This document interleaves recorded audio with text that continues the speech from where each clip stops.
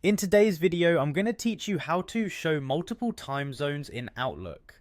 Understanding and managing multiple time zones in your Outlook calendar can be incredibly beneficial, especially if you work with colleagues or clients from different parts of the world.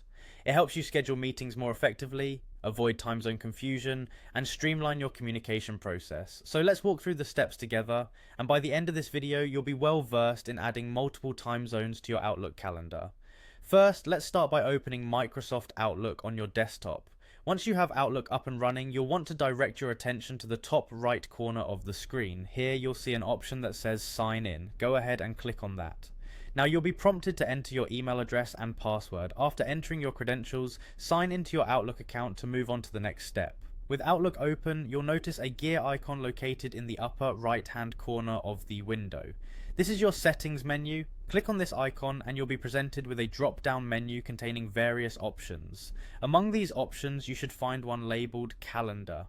Select that and you'll be taken to the Calendar settings page. On the calendar settings page, you'll need to scroll down until you see an option to add time zones. This section is typically located below the calendar layout options.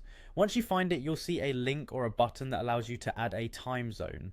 Click on this to proceed. Here you can search for a specific city or region to add the corresponding time zone to your calendar. There's also a handy drop down menu if you prefer to browse the available time zones. When you've selected the additional time zone you wish to include, double check to ensure it's the correct one.